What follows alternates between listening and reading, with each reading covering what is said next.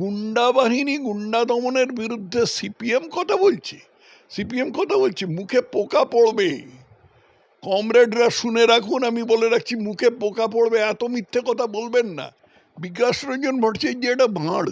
বিকাশ রঞ্জন ভট্টাচার্য রাস্তায় দাঁড়িয়ে শালপাতা ঠোঁয়ায় করে ভাগাড় থেকে তোলা পচা গরুর মাংস খেয়ে মনে করতে বলে দিত যে আমি এত ধর্মনিরপেক্ষ, দেখো আমি ভাগাড় থেকে তোলা পচা গরুর মাংস খেয়েছি। মীনাক্ষী মুখোপাধ্যায় তো সেদিন জন্মেছে, মীনাক্ষী মুখোপাধ্যায় জানেও না যে তার আগে তার বাবা কাকা কমরেডরা কি বিভৎস অত্যাচার করেছিল মানুষের ওপর। বিকাশ রঞ্জন ভট্টাচার্য এরকম ঝুড়ি ঝুড়ি মিথ্যে কথা বলে, তো আমি মানুষ বলেই স্বীকার করি না। আগে তো মানুষ, তারপরে তো হিন্দু হবে। এটা বিভাজন নয় বিকাশবাবু। আপনার যত ন্যাকামি আছে সেই ন্যাকামিগুলো এই মোল্লাদের সমর্থনে একেবারে জিভ বার করে তাদের ভোটের লোভে কতগুলো কথা বলা, সেটা হচ্ছে বিভাজন। সেটা হচ্ছে বিভাজনের বিরুদ্ধে আপনার সংগ্রাম। এই সমস্ত ট্রেড ইউনিয়নের নেতারা, তারা আদিত্য বিড়লার মতন এত বড় একজন শিল্পপতিকে একেবারে আন্ডারওয়্যার পরে রাস্তা দিয়ে হাঁটিয়েছিল। যে বেগুন ছুঁড়লে বা ডিম ছুঁড়লে কি কত বেশি হানি হতে পারে, অঙ্গহানি হয় না, প্রাণহানি হয় না, সম্মানহানি যদি বা হয়, মহুয়া মৈত্রর কোনো সম্মানহানি হওয়ার কোনো চান্স নেই, কারণ তার সম্মান অলরেডি ধুলোয় মুটিয়ে গেছে। এটা তুমি হাসালে, এটার আর কি জবাব দেবো? হ্যাঁ, ওর কাছে ভগবান মানে মমতা ব্যানার্জিকে এখন তার পার্টির লোকেরা চাঁটি থাপ্পড় মারছে। অভিষেক বন্দ্যোপাধ্যায়কে আমার এখন মনে হয় যে এই সিআইডি, সিবিআই, ইডি এরা সব লাজে খেলাচ্ছে। বড় মাছ যারা মাছ ধরে, আমি তাদের কাছে শুনেছি, আমি মাছ ধরি না, তো বড় মাছ ছিপে উঠলে পরে তাদের একসাথে টেনে তোলে না, অনেকক্ষণ ধরে খেলায় তারা ক্লান্ত হয়ে যায়, তারপরে টেনে তোলে। অভিষেক বন্দ্যোপাধ্যায়ের সঙ্গে এই প্রক্রিয়াটা এখন চলছে।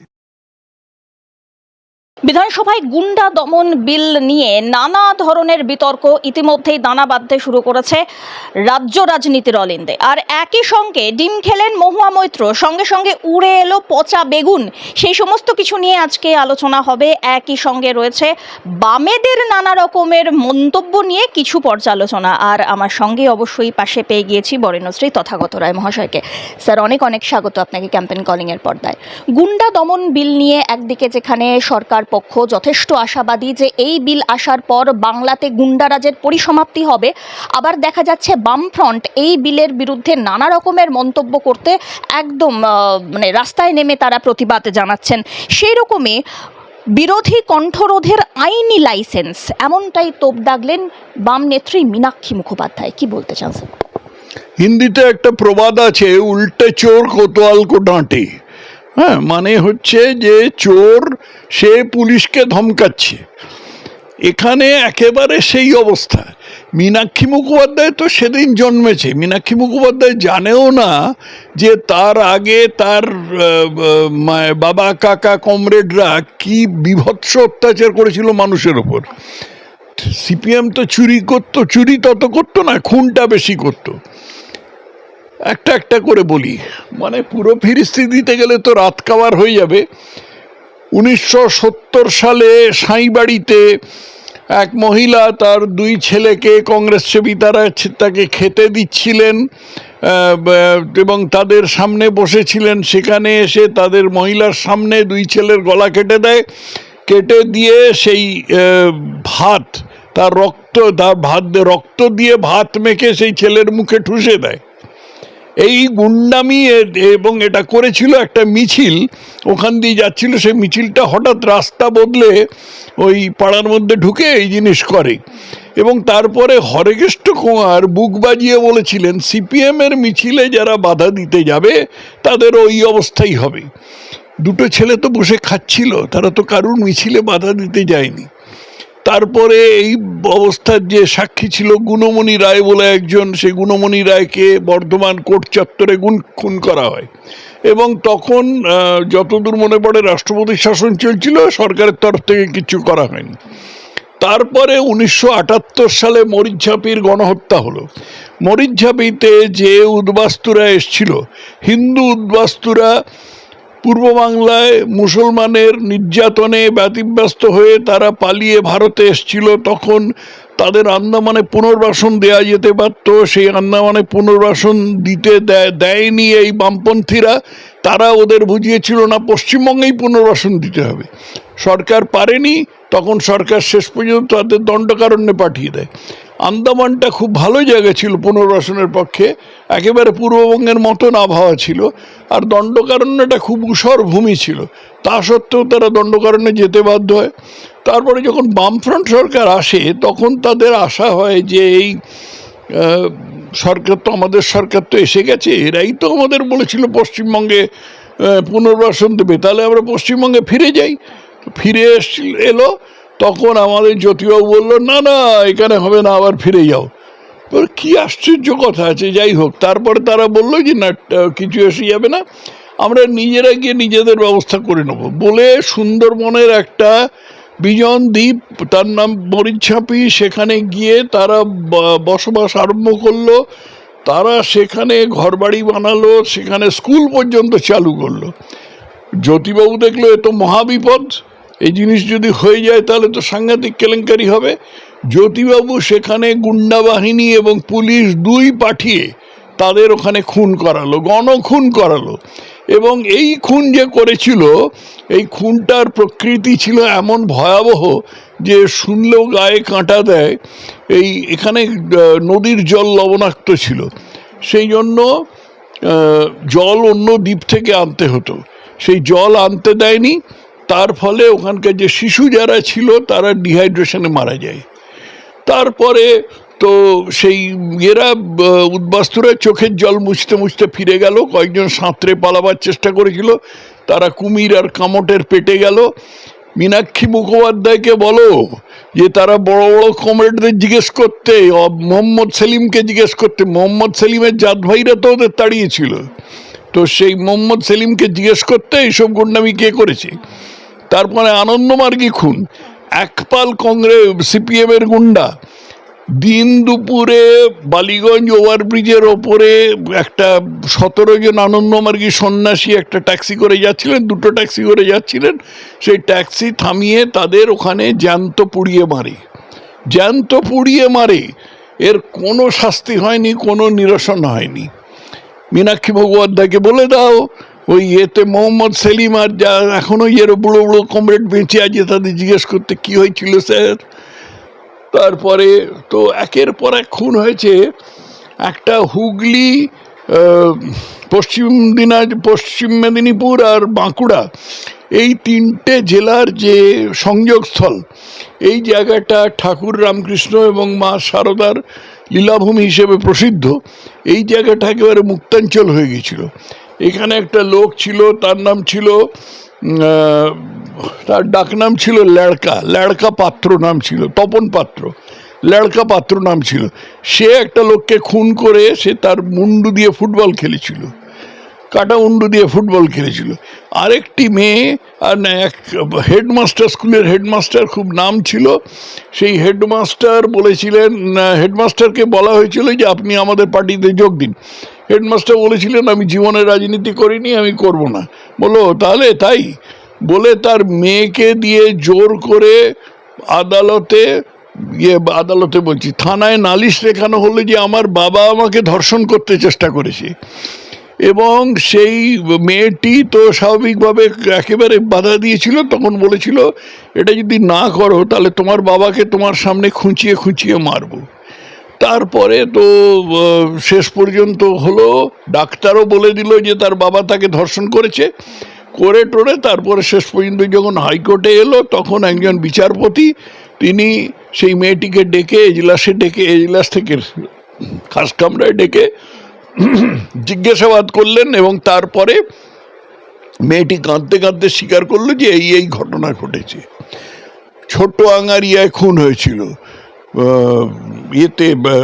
হাওড়ার আমতার কান্দুয়া গ্রামে হাত কবজি থেকে কেটে দেওয়া হয়েছিল। কেন না, তারা হাতে ছাপ দিয়েছে। এই ঘটনাটার বার্ষিকী বোধহয় গতকাল বা পরশু দিন ছিল।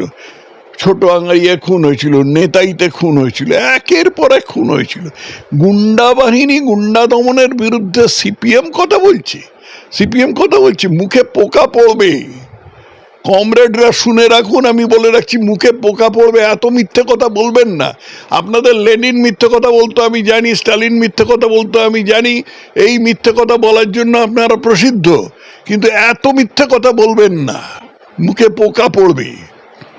স্যার, এই যে গুন্ডা দমন আইন, সেটির সঙ্গে আবার শ্রম কোডের সঙ্গে একটা সামঞ্জস্য রেখে বাম নেত্রী আরও একটি কথা বলেছেন। তিনি বলছেন যে শ্রম কোড আইন তার মূল লক্ষ্যই শ্রমিকদের অধিকার কেড়ে নেওয়া, তাদের আন্দোলনকে দমন করা। রাজ্যের এই নতুন গুন্ডা দমন আইনও আগামী দিনে ঠিক একই পথে হাঁটবে।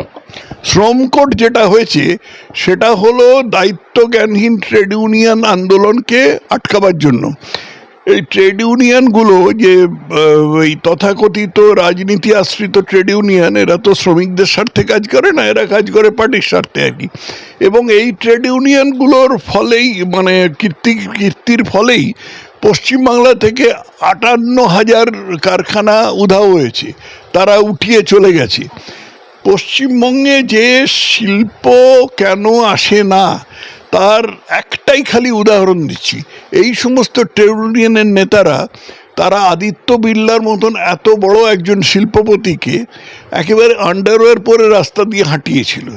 ওই মীনাক্ষী মুখোপাধ্যায়কে বলো, ওই আবার ওই দাদা বাবা কাকা কমরেড আছে তাদেরকে জিজ্ঞেস করে আসতে।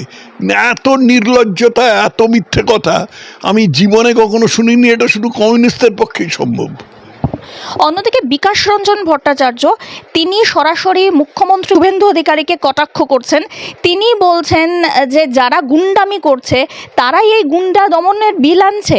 সরাসরি শুভেন্দু অধিকারীকে কটাক্ষ করলেন তিনি। বিকাশ রঞ্জন ভট্টাচার্য একটা ভাঁড়।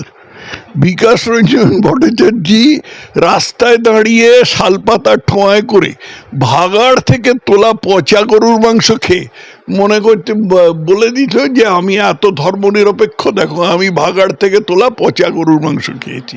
এই হচ্ছে বিকাশ রঞ্জন চক্রবর্তী। আর তার আগে যে ঘটনাগুলো বলছি আমি, সেগুলো তুমি বিকাশ রঞ্জন চক্রবর্তীর কাছে যখন কোনো ইন্টারভিউ ভট্টাচার্যের কাছে যখন ইন্টারভিউ নিতে যাবে, তখন তাদের বলে যে স্যার এই ঘটনাগুলো ঘটেছিল, এগুলো কি মিথ্যে, তথাগতরা কি মিথ্যে কথা বলছে, এটা জিজ্ঞেস করো তো। অবশ্য তিনি তার হিন্দুত্বের সাফাই দিয়েছেন।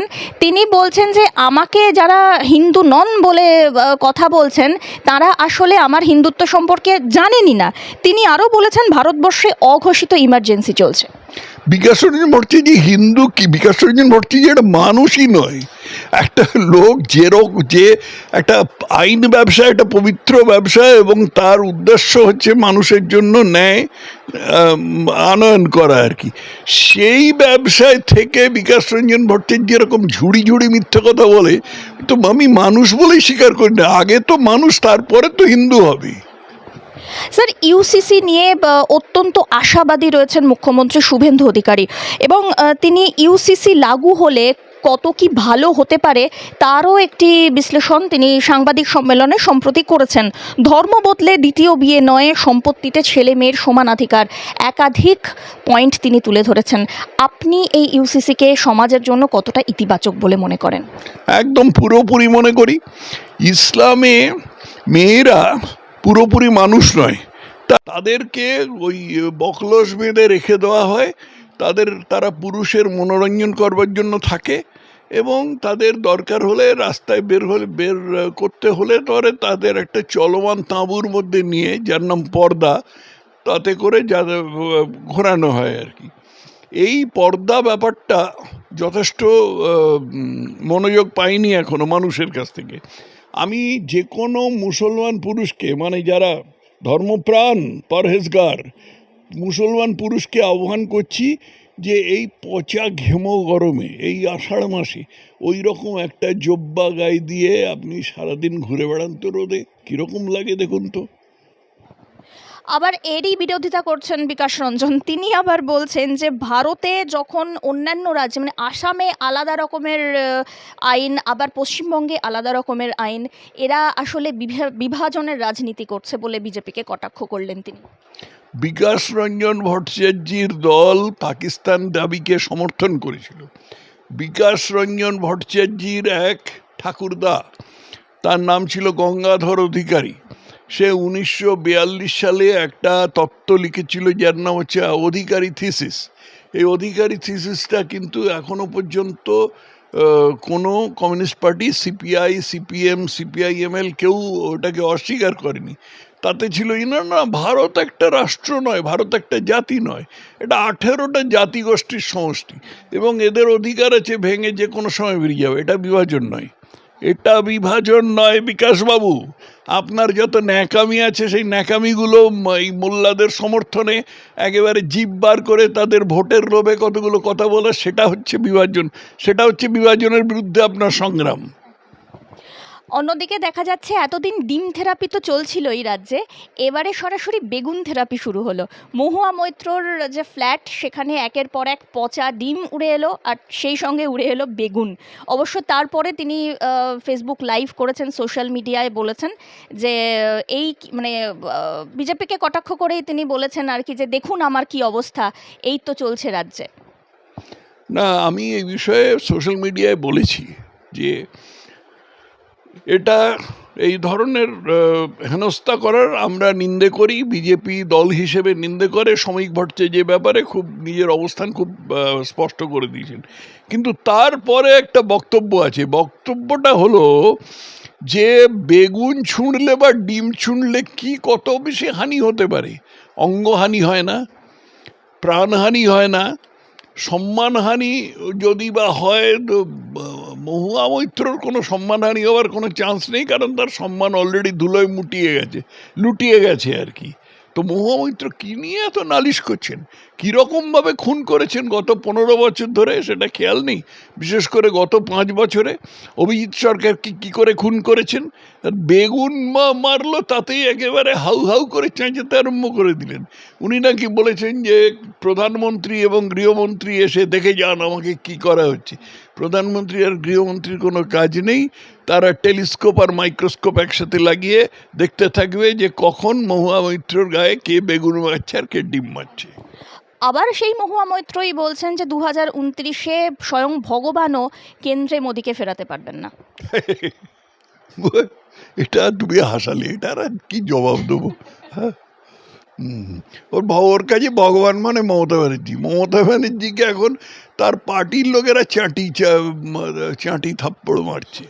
হ্যাঁ, আবার এই মহুয়া মৈত্ররই সমর্থন করছেন বিকাশ রঞ্জন ভট্টাচার্য। তিনি বলছেন যে তার সঙ্গে যা হয়েছে অন্যায় হয়েছে, প্রয়োজনে আইনি লড়াইয়ে আমি সঙ্গে আছি।